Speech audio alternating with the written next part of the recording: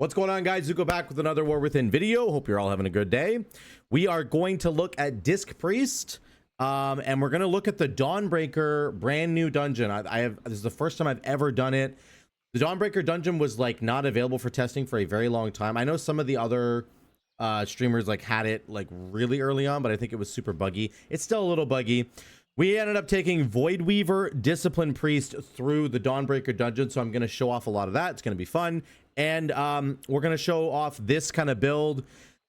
I don't even know if this build is correct. I just wanted to try a Mindbender build because we were doing Voidweaver stuff, and we have the Void Wraith Void Wraith Talon, which is really good. We could have also taken Depth of Shadow, which has a high chance to summon a Shadow Fiend, but I'm not amazing at Disc Priest. It's one of my least favorite healers, to be honest. So I know lots of people love it though, and it's a great healer. It's just not like my style of healing, that's all.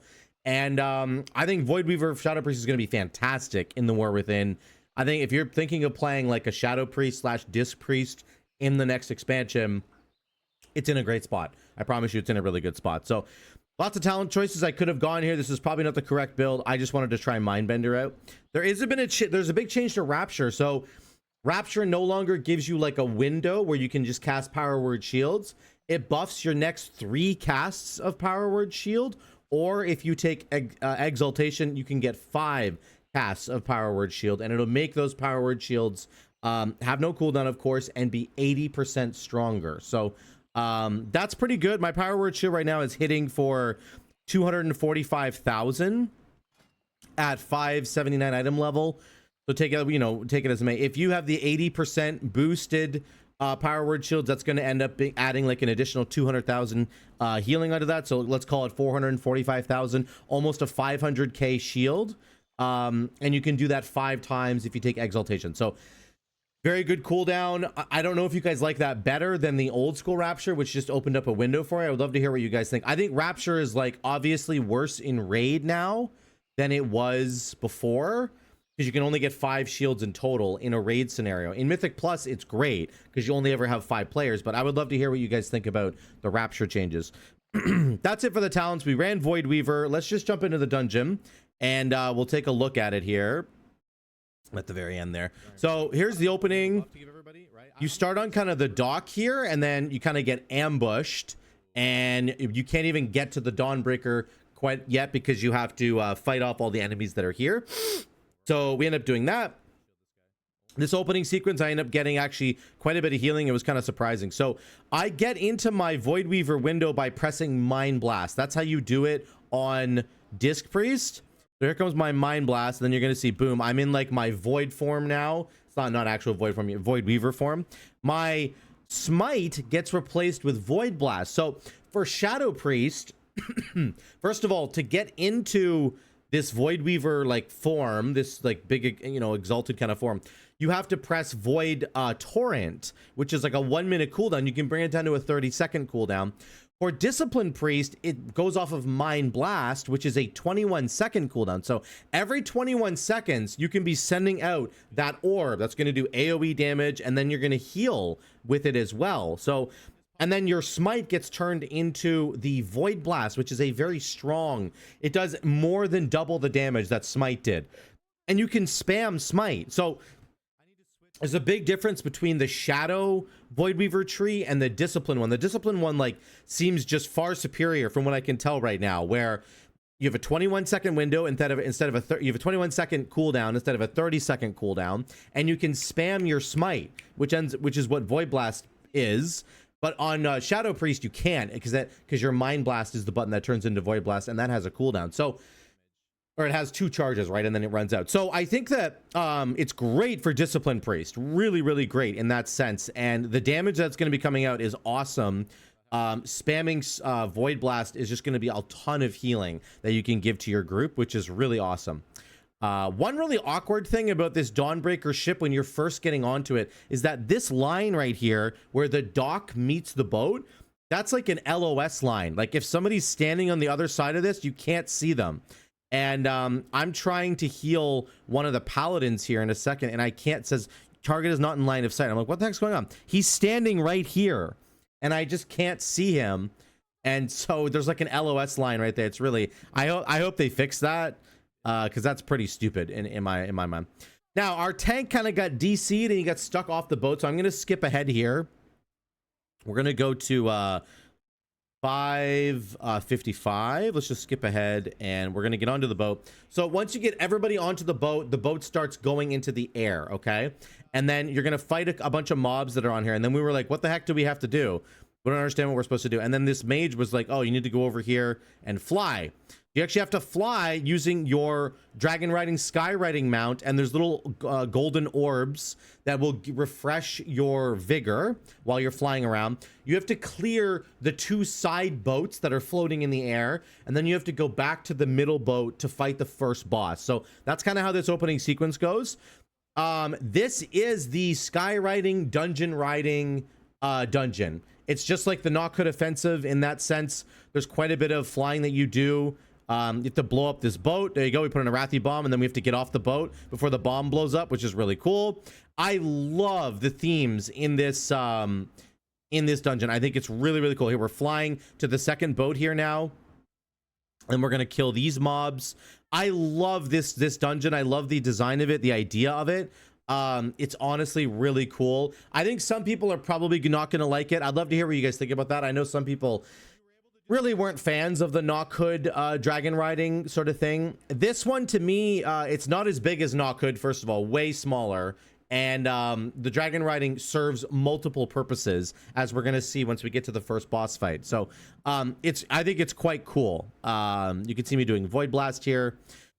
Unfortunately, a lot of people in our group here had no idea what to do on this dungeon because nobody had run it before. So I'm going to walk you through it. I'm going to skip through the parts where we end up messing up. We were in this dungeon for like 40 minutes because we didn't understand what to do. So that's okay. We're gonna get through it together, I promise. But either way, this is the dragon riding dungeon, and I do really enjoy that part of it. I actually love that a lot. I think some people are probably not going to like that. Let me know what side of that camp you kind of fall on. I would love to hear from you guys. Here's the first boss. This is Speaker Shadowcrown. She's on the main Dawnbreaker boat once again. So we start fighting her, and then again, there's not a lot for me to really do here healing wise. The tank's getting hit a little bit, but I'm in my window already. You can see my Void Blast that I'm spamming Void Blast. The amount of healing coming out is huge. It's critting for 270k atonement healing on everybody, which is awesome and really strong. I've probably cast Void Blast like 10 or 11 times here inside my little window that I got. So that's like amazing, and I think it's really, really strong. It also buffs my little circle thing, of course. I'm sending out that little void thing that's gonna like collapse. It's really good. Then when she gets to like half health, she casts Darkness Comes.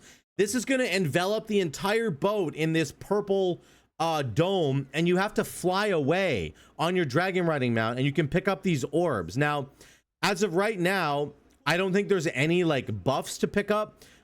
Sleep was on my stream and he was like, man, this would be a lot better if you could pick up like some buffs as you're flying around in the air. I agree with him, actually. I think that would be a much better way to sort of do this little intermission phase where you have to fly away from the boss. But either way, that's not the way it is right now. You just fly away so that you don't get killed, and then you go back and you start fighting the boss. Unfortunately, our team completely died except for the mage and me, because they didn't know what to do, and that's fine. So I end up having to heal the mage through this, and it ends up actually being okay.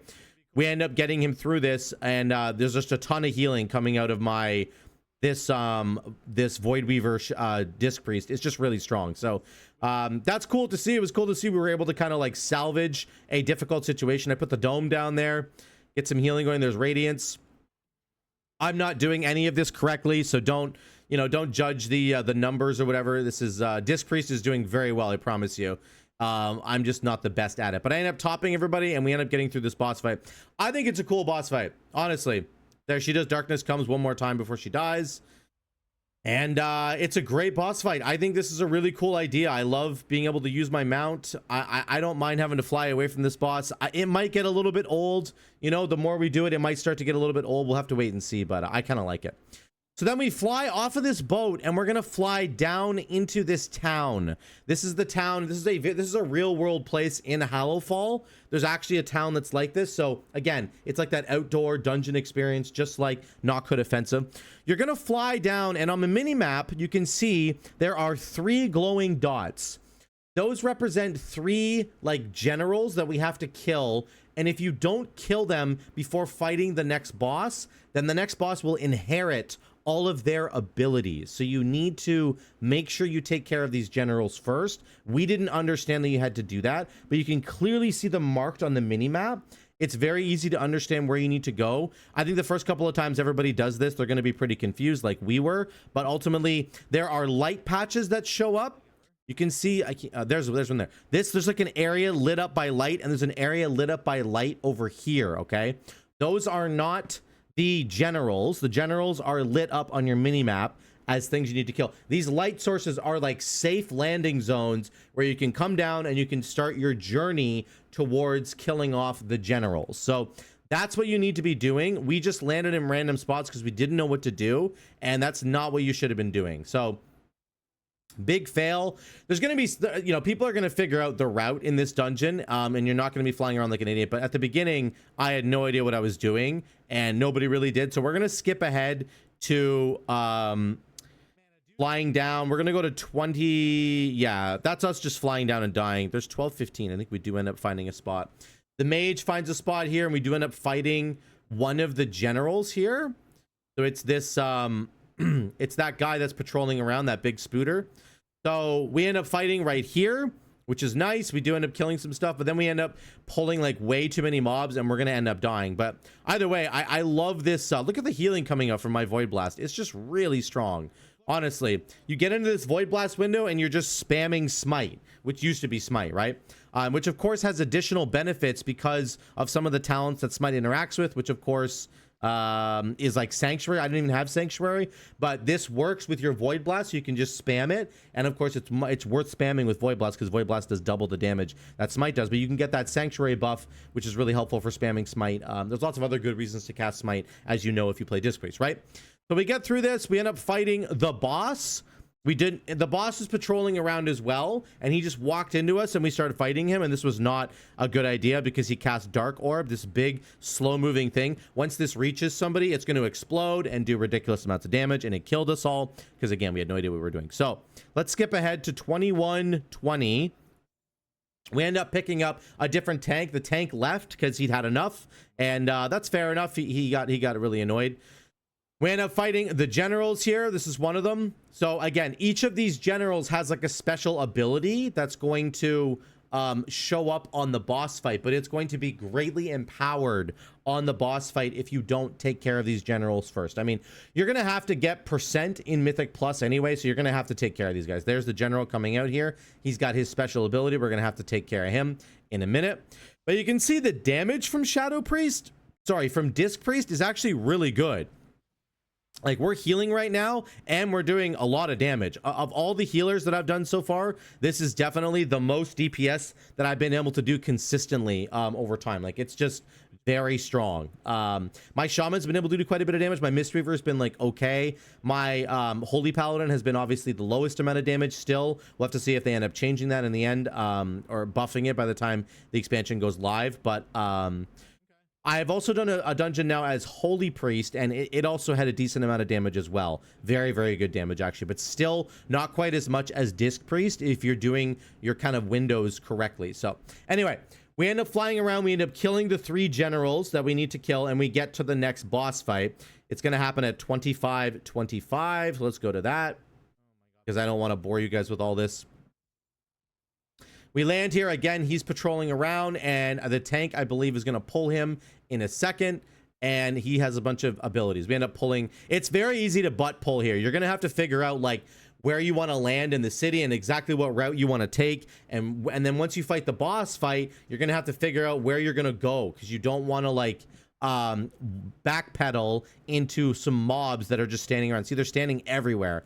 It's going to be very, very easy, I think, to pull mobs like this guy just did right here, right? So something we're gonna have to work on as we get better at this dungeon. But anyway, we fight this boss. He does this dark orb. I think what you want to do is take the dark orb away from the group if you can. If it's cast on a melee character, of course, you're gonna need to run out of the group to make sure that the damage doesn't hurt as much. It falls off with distance, so you need to make sure you get that out of there. He's going to cast, again, each ability that one of the generals was casting. Here's my Rapture window. trying to keep people alive. There's Radiance. Again, we're down to DPS because they end up quitting. A lot of people end up quitting here because they just didn't know what to do, and they got frustrated. It's fine. It's beta, though. I thought people would kind of stick it out, but they didn't.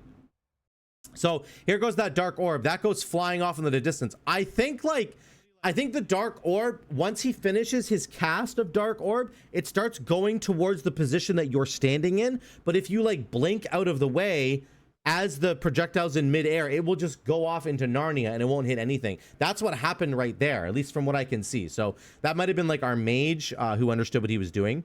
We'll have to figure out how to make that work in the future. We kill this last mob, and then we have to fly back up to the Dawnbreaker. And then we have to fight the final boss back up there. There's no map. So there's the Dawnbreaker patrolling around. You dragon ride back up to the ship. Very, very cool. And there's going to be a mini boss you fight before you get to the last boss. So here's the mini boss here. She does some of the mechanics, I think, that the final boss does. But I thought this was the final boss, and it's not. Once you kill this guy, she summons this bug, and the bug is the final boss. This is Rasha'nan. This boss fight's actually pretty cool. It happens in 2 sections. The first one is this one on the top of the ship. He does this rolling acid ability that sends out a line of acid, does a lot of damage. You can deterministically throw this acid one way or another. You just need to pay attention to the line of the acid and which direction it's going. And then there's bombs that spawn, and you have to throw these bombs on top of the boss's head. We didn't understand that at the beginning. So here's the rolling acid. The line of the rolling acid is going to the right, and so you're gonna need to in order to make that so it doesn't hit the rest of your group, you want to take that to the right side of the ship and have it just go off to the right. So you can see it here. This guy's moving into the middle. He didn't understand what was going on, but it actually ended up working out. That's where the wave goes. And then these bombs are going to detonate. We didn't understand what's going on. They do damage to the whole group if they detonate, but you actually need to pick them up and throw them onto the boss so that you don't have to take this damage. So we didn't really understand that. Those are the mechanics in the beginning of the boss fight here. So I have the line here. I didn't understand what I was supposed to do. I just stood here and sent the line through my entire team like a dingus.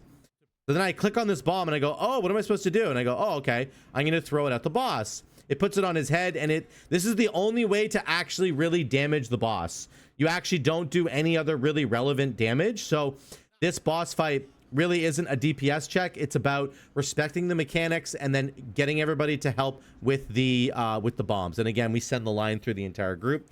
This puts a stacking poison debuff on you the longer you stand in it. You can see I was getting pushed back by the line there, and I have 3 stacks of poison on me now instead of 1. So that's kind of brutal. I'm trying to keep everybody up here and do bombs at the same time. I think realistically the DPS should be doing the bombs because the healer is going to have to deal with the other mechanics. So you do have to get pretty close with the bombs to drop them on the head of the boss. And then once you get enough, he's going to fly away, and you need to get on this boat and follow your friend through this boat. The entire sky is covered in darkness, and if you try to fly out into the darkness without staying near the ship with her little golden beam attached to you, you will take way too much damage and you will die. So that's how that works. She's going to start flying once everybody gets off the ship. You can see her darting off there. You're supposed to follow her. I didn't understand this. You can see the further away I get from her, the more I start to get this like darkness debuff that starts stacking up on me, and I end up dying as a result of it. You can see I'm just dying right now because of this like debuff here. It's stacking up and I'm dying, and I'm not staying near the ship, and I end up perishing, not realizing what the heck's going on. So that is a mistake that I made. It gets very, very dark. And I went back to the Dawnbreaker thinking, oh, this is where I'm supposed to be. And now I'm protected for a minute. But the reality is I'm supposed to follow her. We didn't understand that. So let's skip ahead to the part where we have to follow the boss. It's like 33:55. We fight the boss again. We get to the phase again. And then we end up flying correctly this time. Here we go. We have to follow. She starts flying really, really quickly. She does a little tour of the city and then ducks underneath this bridge. And then we follow her, and the boss goes down, down, down into this area at the bottom where you have to fight him. There's the cool crystal covered in shadow. Very, very cool. The aesthetics of this dungeon are awesome. Here's the final fighting area. You go down here, and you have to stay near the light, and you fight the boss on the ground. Now, he continues his mechanics, and he adds an additional little like circle of webbing. The web circles can actually be, they will eventually cover the ground, and it's not very good. So you need to get rid of them with this line here. So this line, the poison line, if you drop it onto the webs, it will get rid of the webbing. So the idea is going to be to drop the webbing in the same spot, and then get rid of all the webbing with the poison line. That's what you kind of want to end up doing in this final boss fight. So that's the entire Dawnbreaker dungeon. It was a bit of a shit show for us because we just didn't know what we were doing, but it's still a good dungeon. I think it's going to be a lot of fun. I like the dragon riding aspects of it, actually. And at the end of the day, the Voidweaver Disc Priest is a fantastic hero talent tree. It's going to work very, very well. I'm not entirely sure what build you're going to want to run. I think you're going to want to go, of course, onto the more shadowy side of things, because Void Blast does end up doing shadow damage, which has really, really good synergy with your Schism moving into the Shadow Covenant, which is going to increase the damage and healing of all your shadow spells by 20%. This is going to be like a foundational piece of what you're going to do. Mind Blast does shadow damage, of course, and is going to extend your Mindbender. Your Mindbender does shadow damage whenever he teleports and does Inescapable Torment slashes. So it's all going to work really, really well together to create a very shadow-themed Discipline Priest build that I think is going to be quite solid. So let me know what you guys think about the Dawnbreaker dungeon, about Voidweaver Shadow Priest. I know the footage I was showing wasn't amazing, but I hope you guys get a good picture. That I think Voidweaver is going to be just fine. I promise you, it's going to be great. I've actually run this in a couple of other dungeons, and it performed quite well. So there you go. That's Voidweaver. Let me know what you think in the comments down below. Love you guys. I will see you in the next one.